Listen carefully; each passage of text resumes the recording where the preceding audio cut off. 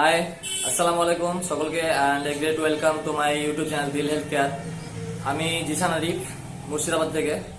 তো আমি আমার এই ইউটিউব চ্যানেলের মাধ্যমে প্রত্যেকদিন ভিডিও আপলোড দিই নতুন নতুন রোগ নিয়ে, সেই সব রোগের পিছনের কারণগুলো নিয়ে, সেই সব রোগের লক্ষণগুলো নিয়ে, এবং কি কি উপায়ে কি কি অ্যালোপ্যাথিক ওষুধের মাধ্যমে আপনারা সেই রোগ থেকে অতি দ্রুত মুক্ত লাভ করতে পারেন সেই সব বিষয়ে।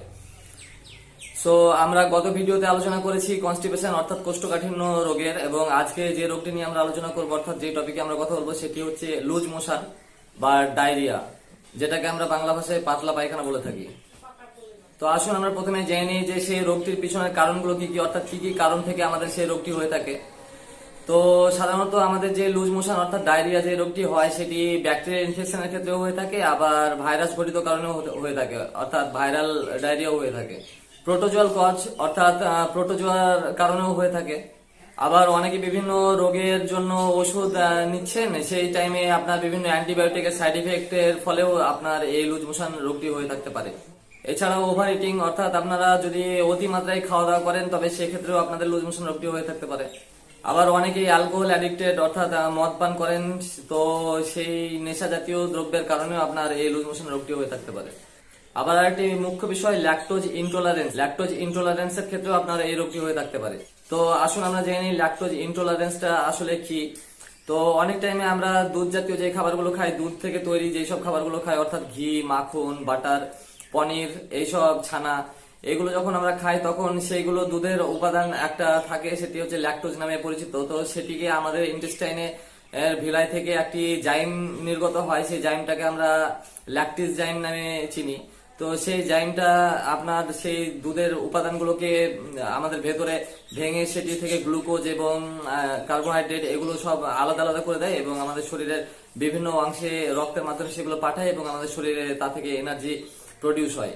তো অনেক সময় আমাদের সেই জাইম, যেটা ল্যাকটিক জাইম নামে আমরা চিনি, সেটা আমাদের শরীরে বয়সের মাত্রা বাড়তে বাড়তে, অর্থাৎ যাদের অতিরিক্ত বয়স মানে 40 আপ যাদের বয়স, তাদের অনেক টাইম কমে যায়, সেটা ইন্টেস্টাইনে নির্গত হওয়া অনেক টাইম কমে যায়। তো সেই নির্গত হওয়া কমে যাওয়ার ফলে সেই আপনার সেই দুধের ল্যাকটোজটাকে ঠিকভাবে আমাদের শরীর ভাঙতে পারে না, সেক্ষেত্রেও আপনার এই লুজ মোশন রোগটি হয়ে থাকতে পারে।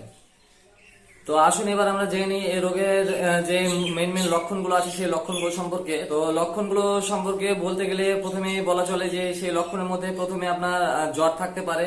আর প্রথম যে লক্ষণ সেটি আপনার পায়খানাটা অনেক পাতলা হয়ে যায়, অর্থাৎ স্টুলস অনেক পাতলা হয়ে যায়, এবং তার সঙ্গে অনেক লিকুইড থাকে, মিউকাস থাকতে পারে।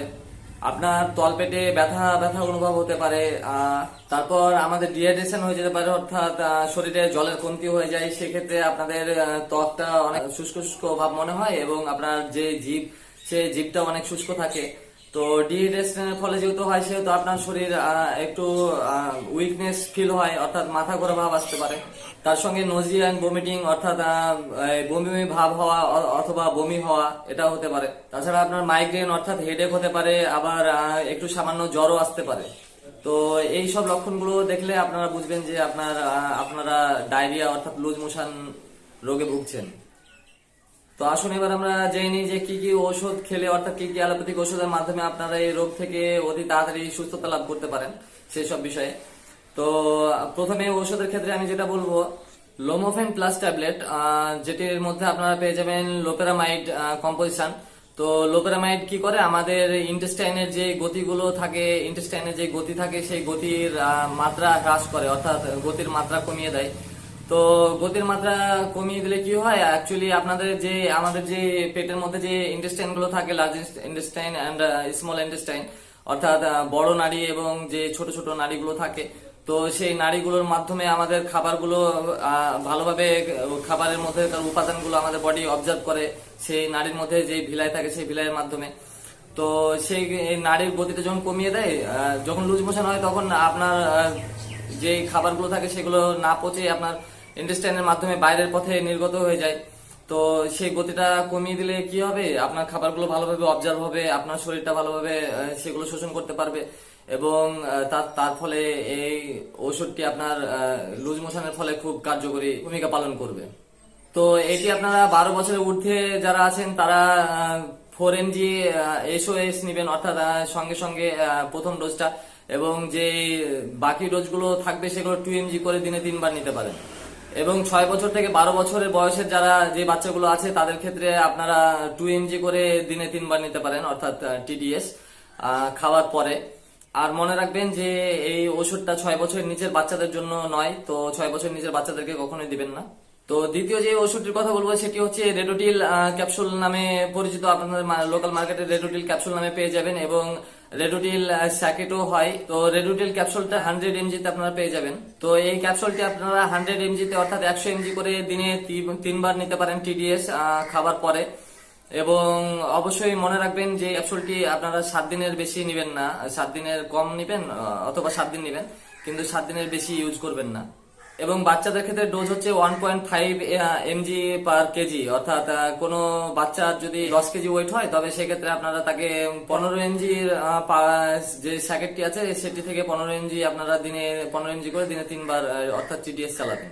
তো এগুলো ছিল কমন লুজ মোশনের ক্ষেত্রে, অর্থাৎ যেগুলো আমাদের সাধারণ পাতলা পায়খানা তার ওষুধ সম্পর্কে আলোচনা। এবার আসুন আমরা জানি যে পাতলা পায়খানার সঙ্গে অনেক টাইমে আমাদের রক্ত দেখতে পাওয়া যায়, অনেক টাইমে অনেক আমাশা দেখতে পাওয়া যায়। তো সেক্ষেত্রে আপনারা কি কি ইউজ করতে পারেন?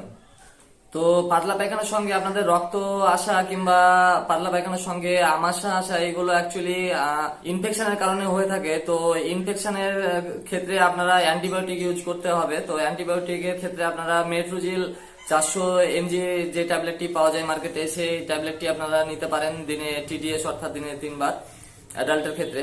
মেট্রোজেল 400 mg তে যে কম্পোজিশনটা থাকে সেটি হচ্ছে মেট্রোনিডাজোল, যেটি প্যারাসাইট ইনফেকশনের ক্ষেত্রে খুবই ভালো কার্যকরী। আর হ্যাঁ, অবশ্যই মনে রাখবেন এটি কোনো হার্ট ডিজিজের পেশেন্ট অথবা কিডনি ডিজিজের পেশেন্ট অথবা কোনো লিভার ডিজিজের পেশেন্ট এদের ক্ষেত্রে ইউজ করবেন না। তাছাড়া প্রেগনেন্সি কিংবা ব্রেস্ট ফিডিং যা এইসব মহিলাগুলো আছেন তাদের ক্ষেত্রে ইউজ করবেন না। এছাড়া মেট্রোজেল যদি আপনারা না নেন সেক্ষেত্রে আপনারা O2 ট্যাবলেট ইউজ করতে পারেন। O2 ট্যাবলেটের মধ্যে যে কম্পোজিশনটি থাকে সেটি হচ্ছে অফ্লক্সাসিন 200 mg তে এবং ওয়ানিডাজোল 500 mg তে অর্থাৎ 500 mg তে আপনারা পেয়ে যাবেন। তো এই ট্যাবলেটটিও আপনারা দিনে 3 বার খাবার পরে নিতে পারেন। তাছাড়া আরেকটা অ্যান্টিবায়োটিক আপনাদের লোকাল মার্কেট শপে পেয়ে যাবেন, সেটি হচ্ছে নরফ্লক্স TZ। নরফ্লক্স TZ এর মধ্যে যে কম্পোজিশন গুলো আপনারা পেয়ে যাবেন সেটি হচ্ছে নরফ্লক্সাসিন 400 mg তে পাবেন এবং টিনিডাজোল 600 mg তে পেয়ে যাবেন। তো এই 3টি অ্যান্টিবায়োটিকের ক্ষেত্রে আপনারা যে কোনো একটি নিতে পারেন। আসলে 3টি নিতে হবে এমনটি নয়, 3টির মধ্যে যে কোনো একটি আপনারা নিতে পারেন। এই ওষুধগুলো খুবই কার্যকরী। এই অ্যান্টিবায়োটিক গুলো আপনার লুজ মোশনের ক্ষেত্রে, ডায়রিয়ার ক্ষেত্রে খুবই কার্যকরী।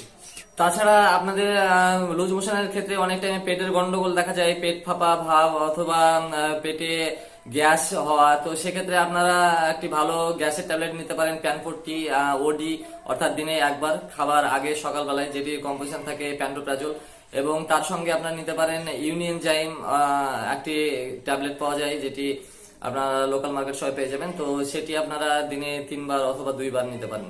আর হ্যাঁ, অবশ্যই মনে রাখবেন যেহেতু লুজ মোশন ডায়রিয়ার ক্ষেত্রে আপনার পাতলা পায়খানার ক্ষেত্রে আপনার শরীরে অনেক মিনারেলস এর কমতি হয়ে যায়, অর্থাৎ তরল পদার্থের কমতি হয়ে যায়, সেক্ষেত্রে আপনার বডি ডিহাইড্রেট হয়ে যায়। তো সেই কারণে আপনারা অবশ্যই স্যালাইনটি নিবেন, এটি বাধ্যতামূলক, স্যালাইনটা নিতেই হবে। হ্যাঁ, তো সেক্ষেত্রে আপনারা কখনো ভাববেন না যে স্যালাইনটা না নিলেও চলবে। সেক্ষেত্রে আপনারা ORS, একটি মার্কেটে ORS নামে স্যালাইন পাওয়া যায়, সেটি নিতে পারেন। সেটির ফ্লেভারটা খুব ভালো, অরেঞ্জ ফ্লেভারের। এবং তাছাড়া আপনারা WHO সংস্থার একটি স্যালাইন পাওয়া যায় ইলেকট্রাল ORS, যেটি ইলেকট্রাল ORS নামে পরিচিত। তো আপনারা এই স্যালাইনগুলো নিতে পারেন। তো এগুলি অবশ্যই নেবেন। তো এই ছিল আজকের আলোচনা লুজ মোশন ডায়রিয়া নিয়ে। তো আশা করি আমার এই ভিডিও দেখে আপনারা এই লুজ মোশন ডায়রিয়া সম্পর্কে একটু অভিজ্ঞতা লাভ করলেন। যদি ভালো লেগে থাকে ভিডিওটি তবে অবশ্যই লাইক করে দিবেন, এবং আগামীতে ইনশাল্লাহ আমাদের চ্যানেলে নতুন কোনো রোগ নিয়ে, সেই রোগের ওষুধ নিয়ে, সেই রোগের লক্ষণ নিয়ে আলোচনা করব। তো যদি আপনার ইন্টারেস্টেড হয়ে থাকেন তবে অবশ্যই সাবস্ক্রাইব করে দিবেন এবং পাশে থাকা নোটিফিকেশন বেলটি অলে সেট করে নেবেন। তাহলে আজকের মতো এখানেই, সকলকে জানাই আসসালামু আলাইকুম। এন্ড সবাই সুস্থ থাকবেন, ভালো থাকবেন, এটাই দোয়া করি। এবং আপনারাও যেন দোয়া করবেন আমিও যেন সুস্থ থাকি এবং ভালো থাকি।